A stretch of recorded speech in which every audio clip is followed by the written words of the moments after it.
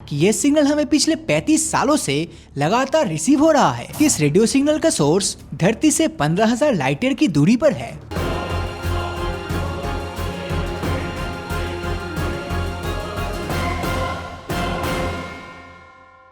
हाल ही में नासा द्वारा धरती से 3300 लाइट ईयर दूर स्कूटम कॉन्स्टेलेशन से एक ऐसा मिस्टीरियस सिग्नल रिसीव किया जो यूनिवर्स के कोई भी नॉन ऑब्जेक्ट से मैच नहीं कर रहा था। कई रिसर्चर्स का तो ये भी मानना है कि ये यूनिवर्स का कोई ऑब्जेक्ट नहीं बल्कि एलियन द्वारा भेजा गया सिग्नल है।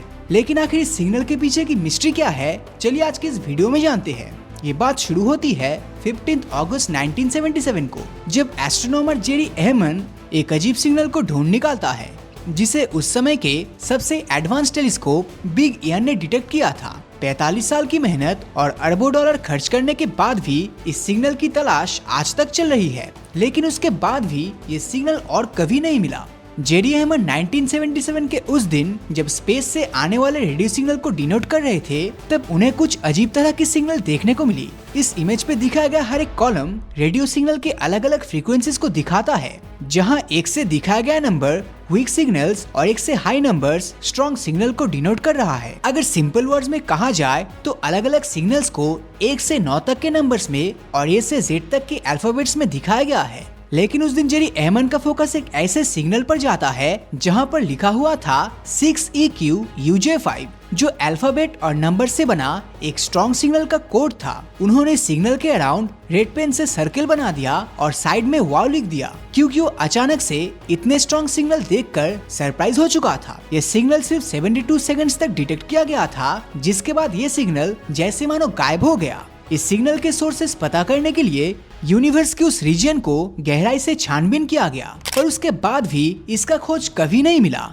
इसीलिए कई साइंटिस्ट इसे एलियन लाइफ द्वारा धरती पर भेजा गया एक सिग्नल मानते हैं। लेकिन इसके बाद सितंबर 2022 में जब ऑस्ट्रेलिया की एक रिसर्च टीम रात के आसमान में रेडियो सिग्नल्स को स्टडी कर रहे थे, जिससे पल्सर्स, न्यूट्रॉन स्टार या फिर मैग्नेटार्स की खोज किया जा सके, इसी दौरान उन्होंने स्कूटम कॉन्स्टेलेशन की डायरेक्शन से आता हुआ एक मिस्टीरियस रेडियो सिग्नल को डिटेक्ट किया था, जो किसी भी नॉन ऑब्जेक्ट से मैच नहीं कर रहा था। ये सिग्नल अगले 5 मिनट तक लगातार फ्लैश करता रहा, जिसके बाद ये अचानक से गायब हो गया और फिर 22 मिनट के बाद फिर से लौट आया। जब इस मिस्टीरियस सिग्नल को इन्वेस्टिगेट किया गया तो साइंटिस्ट को एक चौंका देने वाला इंफॉर्मेशन मिला।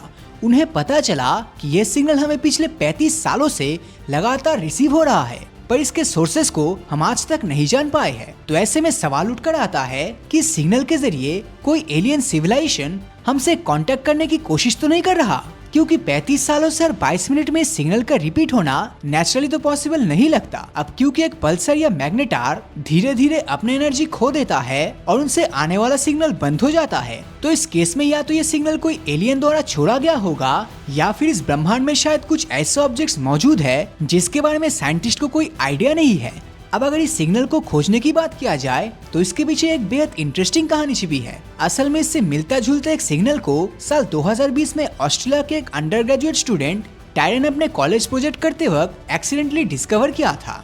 टायरन का प्रोजेक्ट साउदर्न स्काई के अननोन ब्लिंकिंग ऑब्जेक्ट्स के डेटा को कलेक्ट करना था। इसी प्रोजेक्ट के दौरान उन्हें एक ऐसे सिग्नल मिला जो किसी लाइट हाउस से आता हुआ लाइट के बीम की तरह सिग्नल को धरती की ओर भेज रहा था। जब टायरन ने इसके बारे में अपनी मेंटर नताशा को बताया तो उन्होंने खुद इसके बारे में रिसर्च करना स्टार्ट कर दिया। उन्होंने सिग्नल की लोकेशन को डिफरेंट फ्रीक्वेंसी के डेटा से मैच करने की कोशिश की, पर अनफॉर्चुनेटली उन्हें इस सिग्नल का कोई क्लू नहीं मिला। पर उन्होंने इस सिग्नल का एक अमेजिंग पैटर्न नोटिस किया। उन्होंने देखा कि ये सिग्नल हर 18 मिनट के बाद रिपीट हो रहा है। लेकिन इससे पहले कि वो इस ऑब्जेक्ट को डिटेल में स्टडी कर पाते, वो सिग्नल 3 महीने के अंदर ही पूरी तरह से गायब हो गया। इस मिस्टीरियस डिसअपीयरेंस ने उनके दिमाग में कई सवाल छोड़ दिए, जिनके सॉल्यूशंस के लिए उन्होंने एक बार फिर से ऑस्ट्रेलिया के मुर्चिसन रेडियो एरे टेलीस्कोप से पूरे साउदर्न हेमिस्फीयर को स्कैन करने का फैसला किया। कई महीनों की मेहनत के बाद उन्हें सैजिटेरियस के पास स्कूटम कॉन्स्टेलेशन में उसी के जैसा उन्हें एक और सिग्नल मिला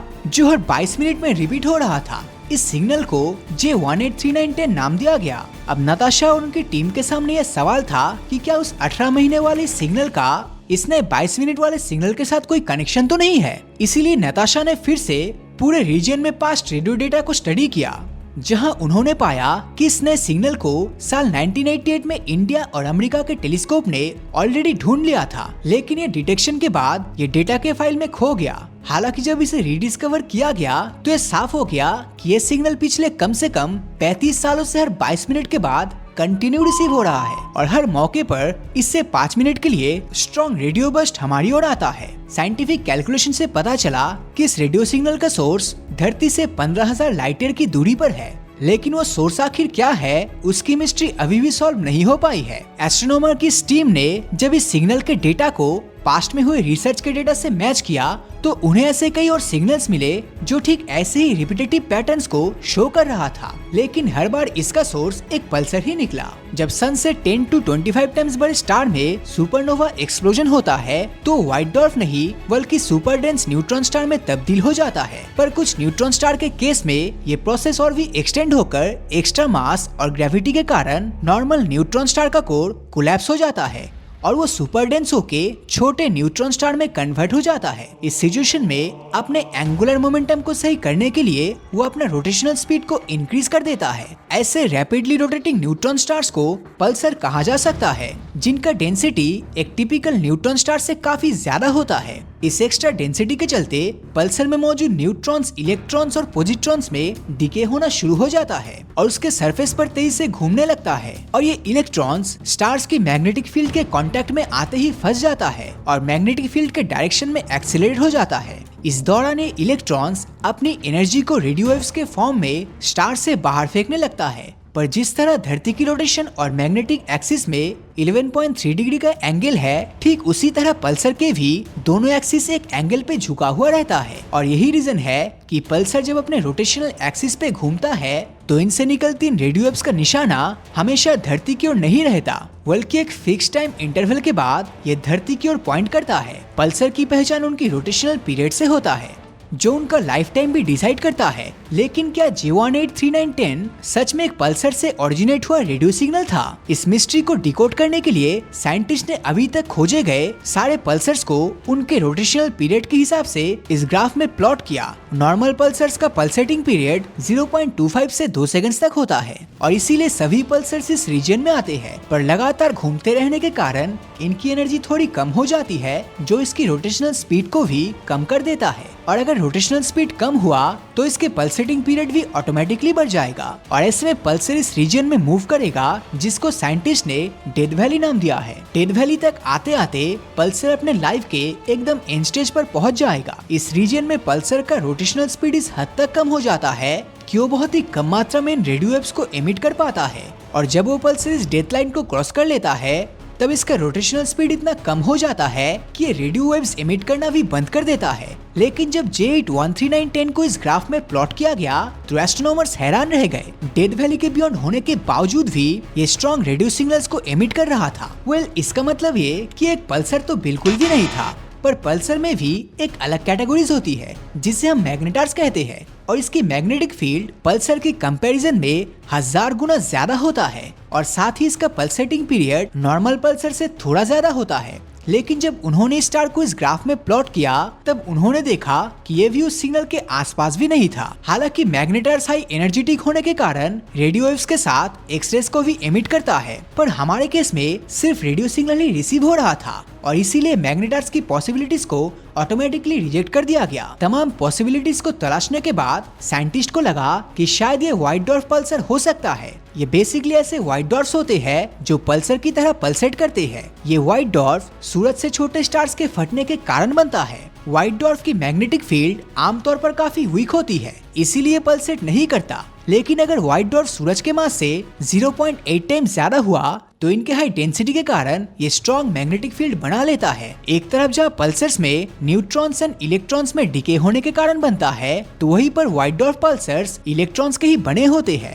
मैग्नेटिक फील्ड के कांटेक्ट में आते ही ये इलेक्ट्रॉन्स अपनी एनर्जी को रेडियो वेव्स के फॉर्म में स्टार के बाहर एमिट करना शुरू कर देता है। पर पल्सर के कंपैरिजन में इनका रोटेशनल पीरियड 100 से 1000 सेकंड्स के बीच होता है। J8139110 का रेडियो सिग्नल अपने आप को 22 मिनट यानी कि 1320 सेकंड में रिपीट कर रहा था, जो वैसे तो व्हाइट डॉर्फ पल्सर के रोटेशनल पीरियड से काफी ज्यादा है, पर दूसरे ऑब्जेक्ट्स के कंपैरिजन में ये हमारे अननोन सोर्सेस का क्लोजेस्ट कंटेंडर नजर आ रहा है।